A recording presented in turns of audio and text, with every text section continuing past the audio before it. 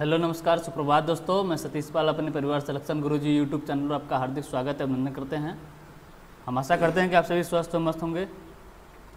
तो चलिए हम रोज़ की तरह आज भी जीएस के 20 क्वेश्चन जो कि सीआरपीएफ ट्रेडमैन, यूपीपी और जैसे भी आपके देखिए चल रहा है, जैसे एसएसबी ट्रेडमैन की वैकेंसी आ गई हैं और सीआरपीएफ ट्रेडमैन का आपके मतलब अगले महीने पेपर होने वाला है। अभी जो कि बीएसएफ ट्रेडमैन का फिजिकल चल रहा है, इसी के एक्सपेक्टेड क्वेश्चन को लेकर आते हैं रोज़, और आज भी एक अच्छे क्वेश्चन के साथ आपके सामने आए हुए हैं। ठीक, तो चलिए हम अपने प्रैक्टिस सेट की तरफ बढ़ते हैं और अपना पहला क्वेश्चन देखते हैं। आप पहला क्वेश्चन दिया है कि निम्नलिखित में से कौन से लोक नृत्य शैली गुजरात राज्य से संबंधित नहीं है। क्या कह रहा है कि निम्नलिखित में से कौन से लोक नृत्य शैली गुजरात राज्य से संबंधित नहीं है। ऑप्शन ने दिया आपका गरबा, ऑप्शन बी दिया है डांडिया, ऑप्शन सी दिया है विदेशिया, ऑप्शन डी क्या जो है बिनछुड़ो। ठीक, इसकी बात कर रहा है कौन सी मतलब नृत्य शैली गुजरात राज्य से संबंधित, किससे नहीं संबंधित, गुजरात से। यानी गुजरात के इसमें से कौन कितने होंगे, 3 तो गुजरात के होंगे और एक जो है गुजरात से नहीं होगा। अगर गरबा की बात करें तो कहाँ का है, तो भी ये कहाँ का है, ये गुजरात का है। डांडिया भी कहाँ का है, ये भी गुजरात का, और बिनछुड़ो भी, ये 3 आपके कहाँ के हैं, गुजरात के लोक नृत्य हैं। अगर हम विदेशिया की बात करें, विदेशिया कहाँ का लोक नृत्य है, तो ये आपके बिहार का, कहाँ का, बिहार का। यानी ऑप्शन सी हमारा सही आंसर होता है। ठीक, ये कहाँ का विदेशिया, आपके बिहार का लोक नृत्य है विदेशिया। और एक यहाँ का सबसे फेमस है जाटिन। अगर पूछिए कहाँ का है, तो ये भी आपके बिहार का लोक नृत्य है। ठीक, चलिए अगला क्वेश्चन देखते हैं। अगला क्वेश्चन दिया है निम्नलिखित में से किसे भारतीय शास्त्रीय संगीत में सरोद सम्राट के नाम से जाना जाता है। निम्नलिखित में से किसे भारतीय शास्त्रीय संगीत में सरोद सम्राट के नाम से जाना जाता है। ऑप्शन ए दिया आपका पंडित रविशंकर, ऑप्शन बी दिया आपका आमिर अली खान, ऑप्शन सी दिया आपका अमजद अली खान, और ऑप्शन डी क्या दिया है, किशन महाराज। इसकी बात कर रहा है सरोद से कौन संबंधित है, किसे सरोद सम्राट के नाम से जाना जाता है। किसे जाना जाता है आपके अमजद अली खां को। अमजद अली खां को क्या जाना जाता है, सरोद सम्राट के रूप में जाना जाता है। ठीक, यानी ऑप्शन सी हमारा सही आंसर होता है। और अगर से अमजद अली खां के बारे में बात करें तो इन्हें 1951 में, कब, 1951 में पद्म भूषण से सम्मानित किया गया था। कब, 1951 में पद्म भूषण से। ठीक, और अगर हम पंडित रविशंकर की बात करें, पंडित रविशंकर किससे संबंधित है, ये कौन है, ये सितार वादक। कौन है, सितार वादक, पंडित रविशंकर। और सितार वादक की और अगर बात करें तो सितार वादक और कौन है, देखें आपके उमा शंकर मिश्र। कौन, उमा शंकर मिश्र। ये भी कौन है, ये भी आपके सितार वादक हैं, उमा शंकर मिश्र। एक है मिश्र और एक है आपके विलायत खां।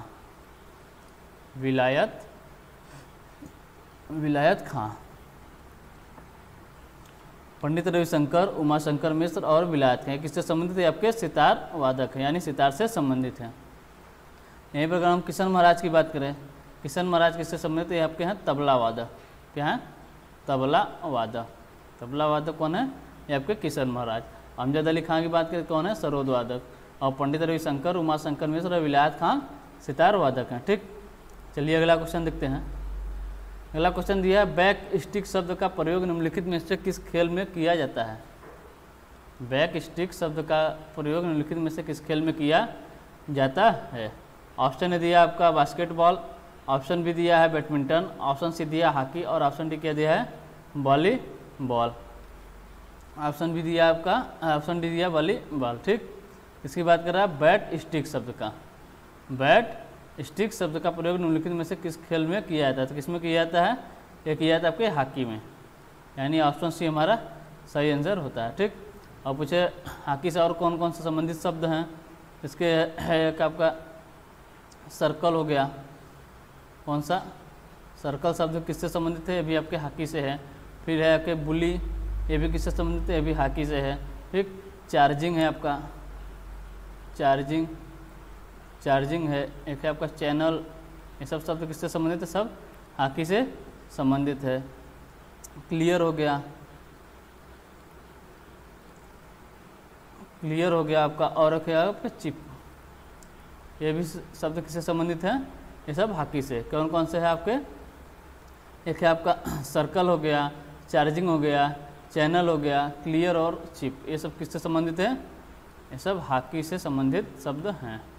ठीक, अगर हम बास्केटबॉल की बात करें, बास्केटबॉल से कौन कौन, मतलब बास्केटबॉल से संबंधित शब्द कौन से हैं? तो यहाँ पर है आपका एक शूटिंग हो गया। शूटिंग शब्द का पूछे किससे संबंधित है? शूटिंग शब्द बास्केटबॉल से संबंधित है। ठीक, शूटिंग हो गया। और हो गया आपका पासिंग, शूटिंग पासिंग, कौन सा? Shooting passing. एक है आपका ट्रिबलिंग, कौन सा है? ट्रिबलिंग।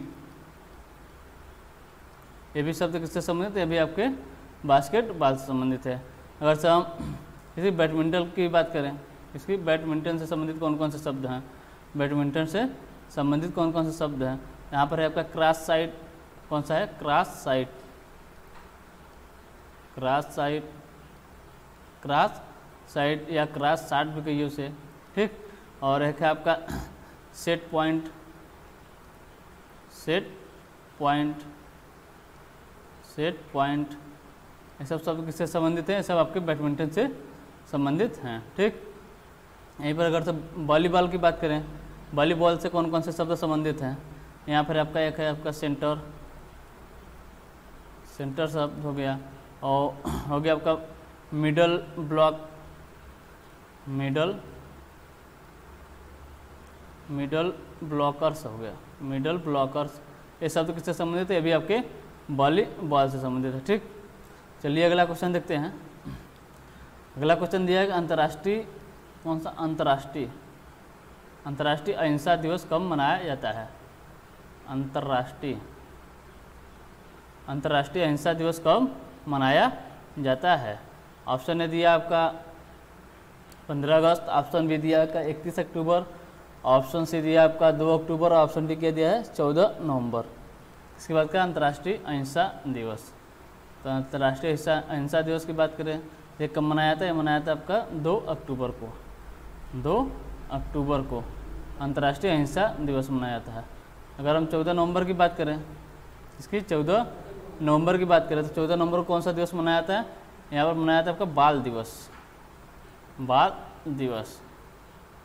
14 नवंबर को बाल दिवस मनाया जाता है। ठीक, अगर हम 31 अक्टूबर की बात करें, यहाँ मनाया था आपका एकता दिवस, एकता दिवस। और 15 अगस्त के यहाँ पर होगा आपका स्वतंत्रता दिवस। ठीक, चलिए अगला क्वेश्चन देखते हैं। अगला क्वेश्चन दिया है, निम्नलिखित में से किस भारतीय राज्य में हड़प्पा के नगर नहीं पाए गए हैं? निम्नलिखित में से किस भारतीय राज्य में हड़प्पा के नगर नहीं पाए गए हैं? ऑप्शन दिया आपका उत्तराखंड, ऑप्शन बी दिया गुजरात, ऑप्शन सी दिया राजस्थान, और ऑप्शन डी क्या दिया? हरियाणा। भारतीय राज्य हड़प्पा के नगर किस राज्य में नहीं पाए गए हैं? तो किस राज्य में नहीं पाए गए हैं? जबकि उत्तराखंड में नहीं पाए गए, यानी ऑप्शन ए हमारा सही आंसर होता है। ठीक, अगर हम पूछे गुजरात में कौन कौन से हैं हड़प्पा के शहर, इसमें गुजरात में हड़प्पा के शहर कौन कौन से हैं? तो यहाँ पर है आपका लोथल, लोथल पूछे कहाँ पर रहते हैं? आपके गुजरात में। अगर पूछे किस नदी किनारे रहते? भोगवा नदी किनारे है। ठीक, इसके बाद है आपका धौलावीरा, धौलावीरा ये भी कहाँ है? ये भी आपके गुजरात में है। फिर है कि बावरकोट, बावरकोट ये कहाँ है? ये भी आपके गुजरात में है। ठीक, उसके बाद आपका बेट द्वारका, ये भी आपके गुजरात में है। सब हड़प्पा नगर हैं। ठीक, अगर हम राजस्थान की बात करें, राजस्थान में कौन कौन से हड़प्पा नगर पाए गए हैं, मतलब किसकी खोज हुई थी? यहाँ पर एक आपका कालीबंगन, कालीबंगन, कालीबंगन। एक है आपका बरूर, कालीबंगन के बाद है बरूर। फिर है आपका करणपुरा, करणपुरा। ये सब शब्द कहाँ गए? सब राजस्थान, मतलब ये सब नगर कहाँ पे है? ये सब राजस्थान। कौन कौन से? कालीबंगन, बरूर और करणपुरा। है कहाँ पर है? राजस्थान में। अगर हम हरियाणा की बात करें, हरियाणा में एक है आपका बालू, फिर है आपका राखी गढ़ी, बालू हो गया, राखी गढ़ी हो गया आपका बनावली, बनावली, ठीक। फिर है आपका फरमाना और हिसार, फरमाना है, एक है आपका हिसार, ये सब कहाँ के नगर हैं, ये सब हरियाणा के, ठीक। गुजरात की बात करें, गुजरात में कौन कौन से हड़प्पा के नगर हैं, तो यहाँ लोथल है, धौलावीरा है, बाबरकोट है और बेट द्वारका है। राजस्थान में कालीबंगन, बरौर, करणपुरा। हरियाणा में बालू, राखीगढ़ी, बनावली, फरमाना और हिसार है, ठीक। चलिए अगला क्वेश्चन देखते हैं। अगला क्वेश्चन है मंगोल शासक चंगेज खां की मृत्यु कब हुई थी। इसकी बात कर रहा है, मंगोल शासक चंगेज खां की मृत्यु कब हुई थी। ऑप्शन ए दिया आपका 1219 ईस्वी, ऑप्शन बी दिया आपका 1210 ईस्वी, ऑप्शन सी दिया 1235 और ऑप्शन डी क्या दिया है 1227 ईस्वी। इसकी बात करें मंगोल शासक चंगेज खां की मृत्यु, मंगोल शासक चंगेज खां की मृत्यु कब हुई थी। अगर हम मंगोल शासक चंगेज खां की बात करें, ये मंगोल शासक कब से कब तक रहा, तो रहा का 1162 से 1227 तक ये मंगोलों का मतलब मंगोलों में शासन किया था, ठीक। कब से कब तक, 1162 से 1227 तक, यानी मंगोल के साम्राज्य का शासक था। अगर पूछे इसकी मृत्यु कब हुई थी, इसकी मृत्यु हुई थी आपके 1227 में, यानी ऑप्शन डी हमारा सही आंसर होता है, ठीक। चलिए अगला क्वेश्चन देखते हैं। अगला क्वेश्चन दिया 1857 में जब ब्रिटिश शासन के खिलाफ बड़े पैमाने पर विद्रोह हुआ, 1857 में जब ब्रिटिश शासन के खिलाफ बड़े पैमाने पर विद्रोह हुआ तब मुगल सम्राट कौन था, इस कब की बात करें 1857 की, ठीक। ऑप्शन ने दिया आपका फर्रुख सियर, ऑप्शन बी दिया आपका बहादुर शाह जफर, ऑप्शन सी दिया है अकबर द्वितीय और ऑप्शन डी क्या दिया औरंगजेब।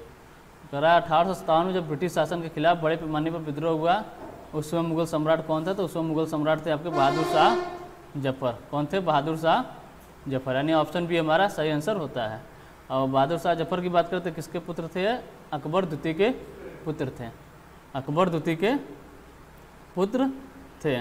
और या फिर इन्हें कहें भारत के 20वें या अंतिम मुगल सम्राट थे, भारत के 20वें या अंतिम मुगल सम्राट थे। कौन, बहादुर शाह जफर मुगल सम्राट थे, कौन, बहादुर शाह जफर, ठीक। चलिए अगला क्वेश्चन देखते हैं। अगला क्वेश्चन दिया निम्नलिखित में से किसने उद्देश्य प्रस्ताव पेश किया था जिसको बाद में प्रस्तावना के रूप में ग्रहण किया था, ठीक। सीधी बात है कि निम्नलिखित में से किसने उद्देश्य प्रस्ताव पेश किया था। ऑप्शन ए दिया आपका राजेंद्र प्रसाद, ऑप्शन बी दिया है जेबी कृपलानी, ऑप्शन सी दिया है जवाहरलाल नेहरू और ऑप्शन डी क्या दिया है BR अम्बेडकर। किसकी बात कर रहा है, प्रस्तावना की। अगर पूछे प्रस्तावना को किसने प्रस्तुत किया था तो किए थे आपके जवाहरलाल नेहरू। अगर कब किए थे आपके संविधान सभा की तीसरी बैठक कब हुआ था, 13 दिसंबर 1946 को, 13 दिसंबर 1946 को संविधान सभा की दूसरी बैठक में इसे पेश किए थे, ठीक। अब पूछे अगर से ये जो प्रस्तावना को इन्होंने 13 दिसंबर 1946 को पेश किया था ये पास कब हुआ था, तो ये पास हुआ था आपका 22 जनवरी 1947 को इसे पास किया गया था, ठीक। 22 जनवरी 1947 को इसे पास किया गया था।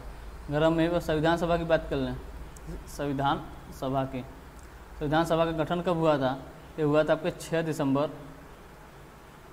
1946 को, 6 दिसंबर 1946 को किसका गठन हुआ, संविधान सभा का। अब इसका पहला बैठक कब हुआ था, इसका पहला बैठक हुआ था 9 दिसंबर 1946 को, 9 दिसंबर 1946 को। इसमें आपके डॉक्टर सच्चिदानंद सिन्हा को अस्थायी अध्यक्ष नियुक्त किया गया था, ठीक। और इसके बाद हुआ था आपका दूसरा बैठक जो कब हुआ था, हुआ था आपके 11 दिसंबर 1946 को, 11 दिसंबर 1946 को हुआ था आपका दूसरा बैठक, संविधान सभा का दूसरा बैठक। इसमें मतलब डॉक्टर राजेंद्र प्रसाद को स्थायी अध्यक्ष बनाया गया था, ठीक। चलिए अगला क्वेश्चन देखते हैं। अगला क्वेश्चन है, डैश लिखित नियमों का एक समूह है जिसे किसी देश में रहने वाले सभी लोगों द्वारा स्वीकार किया जाता है। क्या कह रहा है, डैश दिया है, उसके बाद दिया आपका लिखित नियमों का एक समूह है जिसे किसी देश में रहने वाले सभी लोगों द्वारा स्वीकार किया जाता है। मतलब किससे स्वीकार किया जाता है? ऑप्शन ने दिया आपका याचिका, ऑप्शन बी दिया प्रपत्र, ऑप्शन सी दिया आपका संविधान और ऑप्शन डी क्या दिया है विधेयक। तो किसकी बात कर रहे हैं यहाँ पर? संविधान की बात करें, ऑप्शन सी हमारा सही आंसर। यानी संविधान लिखित नियमों का एक समूह है जिसे किसी देश में रहने वाले सभी लोगों द्वारा स्वीकार किया जाता है। ठीक, यानी ऑप्शन सी हमारा सही आंसर होता है। चलिए अगला क्वेश्चन देखते हैं। अगला क्वेश्चन दिया कि 1610 के आरंभ में किसने अपने नए आविष्कृत दूरबीन से पता लगाया कि बृहस्पति के 4 उपग्रह हैं? सबसे पहले 1610 के आरंभ में किसने अपने नए आविष्कृत दूरबीन से पता लगाया कि बृहस्पति के 4 उपग्रह हैं? ऑप्शन ए दिया आपका साइमन मारियस, ऑप्शन बी दिया टाइको ब्राहे, ऑप्शन सी दिया आपका गैलीलियो गैलीली और ऑप्शन डी के अंत क्या दिया है जोहान्स केपलर। ऑप्शन डी दिया आपका जोहान्स केपलर। तो 1610 के आरंभ में किसने पता लगाया था? लगाया था आपके गैलीलियो गैलीली। अगर से यहाँ आंसर नहीं पता है तो यहाँ से भी आप पता कर सकते। जैसे क्या क्या आविष्कृत दूरबीन से पता लगा, अपने नए आविष्कृत मतलब दूरबीन का आविष्कार किसने किया था। यहाँ से भी एक क्वेश्चन बन जाता है कि यहाँ से अगर से आगे नहीं पता है कि बृहस्पति के 4 उपग्रह किसने खोजे थे तो ये दूरबीन वाले क्वेश्चन से आपको आंसर पता चल जाएगा। ठीक, अगर पूछे वर्तमान में बृहस्पति के कितने ग्रह हैं? अरे उपग्रह हैं बृहस्पति के। वर्तमान में बृहस्पति के कितने उपग्रह हैं? तो वर्तमान में बृहस्पति के कितने उपग्रह हैं? 95। अगर पूछे वर्तमान में सबसे ज़्यादा उपग्रह किस ग्रह के हैं तो वो किसके हैं? वे हैं आपके शनि के। शनि के सबसे ज़्यादा उपग्रह हैं। कितने हैं? तो 145 हैं टोटल। ठीक, 145 उपग्रह हैं शनि के। ठीक, अब पूछे कौन से ऐसे 2 ग्रह हैं जिनको मतलब एक भी उपग्रह नहीं है? तो कौन कौन से हैं? वह आपके बुध और शुक्र। कौन कौन से हैं? बुध और शुक्र के एक भी ग्रह अरे उपग्रह नहीं है। बुध और शुक्र को 0 उपग्रह है। ठीक, द्वितीय पंचवर्षीय योजना किस मॉडल पर आधारित थी? द्वितीय पंचवर्षीय योजना किस मॉडल पर आधारित थी? ऑप्शन ए दिया आपका सोमू मॉडल, ऑप्शन बी दिया आपका डोमर मॉडल, ऑप्शन सी दिया महालनोबिस मॉडल और ऑप्शन डी क्या दिया इनमें से कोई नहीं। अगर पूछे पंचवर्षीय योजना की शुरुआत मतलब यानी ये योजना तहत के अंतर्गत मतलब पंचवर्षीय योजना चली थी। अगर पूछे योजना आयोग कौन सी योजना आयोग की शुरुआत कब हुई थी? इसकी योजना आयोग की शुरुआत कब हुई थी? तो योजना आयोग की शुरुआत हुई आपकी 15 मार्च कब हुई थी? ये हुई थी आपकी 15 मार्च 1950 में। 15 मार्च 1950 में इसकी शुरुआत हुई थी। अब इसकी स्थापना हुई थी। अब पूछे इसकी शुरुआत कब हुई थी? इसकी शुरुआत कब हुई थी? इसकी शुरुआत हुई थी 1 अप्रैल 1951 से इसकी शुरुआत हुई थी। इसकी स्थापना हुई थी आपके 1950 में और ये शुरुआत हुई थी इसकी 1951 में। और 1951 से 1956 तक कौन सी योजना चली थी? पहली पंचवर्षीय योजना चली थी। वो किस मॉडल पर आधारित थी? तो थी आपके हेराल्ड डोमर मॉडल पर। ठीक है, लेकिन यहाँ पूछा द्वितीय पंचवर्षीय योजना किस मॉडल पर आधारित है? तो द्वितीय पंचवर्षीय योजना क्या 56 से कब तक चली थी? 56 से 61 तक, 1961 तक। किस मॉडल पर थी? यह थी महालनोबिस मॉडल पर। यानी ऑप्शन सी हमारा सही आंसर होता है। ठीक, चलिए अगला क्वेश्चन देखते हैं। अगला क्वेश्चन है कि हड़प्पा सभ्यता के एक हिस्से लोथल की खुदाई की खोज किसने की थी? लोथल की खुदाई की खोज किसने की थी? ऑप्शन ए दिया आपका दयाराम साहनी, ऑप्शन बी दिया राखलदास बनर्जी, ऑप्शन सी दिया SR राव और ऑप्शन डी क्या दिया आर्यस बिष्ट। अगर किसकी बात कर रहा है? ये कर रहा है लोथल की बात कि लोथल की खुदाई किसने की थी? आई थिंक लोथल की खोज किसने की थी? तो किसने की थी? रंगनाथ राव यानी SR राव। ऑप्शन सी हमारा सही आंसर होता है। ठीक, अब पूछे अगर से लोथल कहाँ पर है? तो ये आपके गुजरात में। कहाँ पर है? गुजरात में। किस नदी किनारे है? तो ये आपके भोगवा नदी किनारे। कहाँ पर? भोगवा नदी के किनारे कौन सा है? लोथल है। इसकी खुदाई यानी खोज कब हुई थी? 1954 में। ठीक, अगर हम ऑप्शन ए की बात करें, ऑप्शन ए में दिया क्या दिया है? दयाराम साहनी। दयाराम साहनी ने किसकी खोज की थी? इन्होंने किया था हड़प्पा की खोज। किसकी? हड़प्पा की खोज। कब किए थे? किए थे 1921 में। 1921 में किसकी खोज किए थे? हड़प्पा की। और राखलदास बनर्जी की बात करें, राखलदास बनर्जी ने किसकी खोज किए थे? एक किए थे मोहनजोदड़ो की। मोहनजोदड़ो की खोज कब किए थे?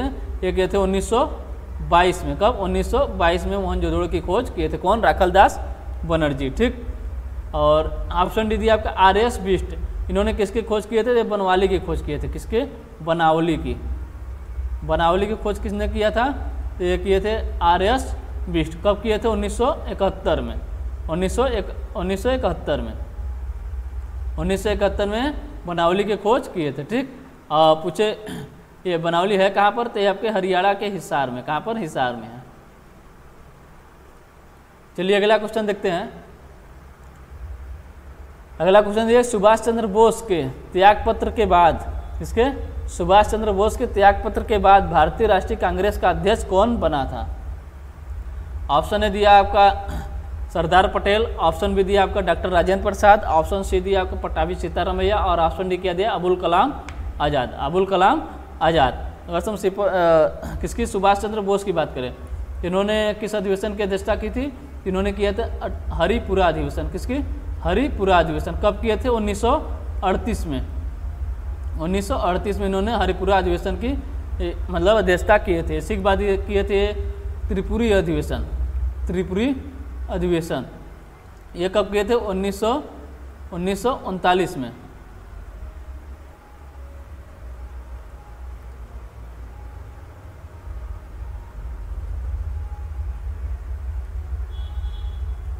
कब किए थे? 1939 में। कौन सा अधिवेशन? त्रिपुरी अधिवेशन। और त्रिपुरी अधिवेशन के दौरान महात्मा गांधी के साथ कुछ मतभेद के कारण इन्होंने त्रिपुरी अधिवेशन से इस्तीफा दे दिया था। क्या कर दिया था? त्रिपुरी अधिवेशन से इस्तीफा दे दिया था। और इनके इस्तीफा देने के बाद कौन मतलब इसके अध्यक्ष बने थे? तो बने थे आपके doctor Rajendra Prasad. Option B हमारा सही आंसर होता है। ठीक, और इन्होंने त्रिपुरी अधिवेशन में इस्तीफा देने के बाद किसकी स्थापना की थी? इन्होंने 1939 में ही। कब? 1939 में कलकत्ता में। कहाँ पर? कलकत्ता में फॉरवर्ड ब्लॉक की स्थापना की थी। किसके? फॉरवर्ड ब्लॉक की स्थापना किए थे। ठीक, चलिए अगला क्वेश्चन देखते हैं। अगला क्वेश्चन है मानव शरीर में विटामिन ए किसमें संचित रहता है? किसमें? मानव शरीर में विटामिन ए किसमें संचित रहता है? ऑप्शन ए दिया आपका यकृत, ऑप्शन बी दिया आपका आमाशय, ऑप्शन सी दिया तिल्ली, ऑप्शन डी क्या दिया? उदर। ऑप्शन डी क्या दिया है? उदर। तो मानव शरीर में विटामिन ए कहाँ संचित होता है? ये आपके यकृत में संचित होता है। कहाँ पर? यकृत में। यानी ऑप्शन ए हमारा सही आंसर होता है। ठीक,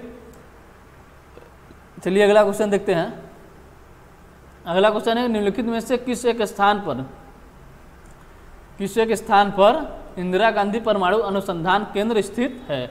ऑप्शन ए दिया आपका तिरुवनंतपुरम, ऑप्शन बी दिया श्रीहरिकोटा, ऑप्शन सी दिया आपका कलपक्कम और ऑप्शन डी क्या दिया है? ट्राम्बे। ऑप्शन डी क्या दिया है? ट्राम्बे।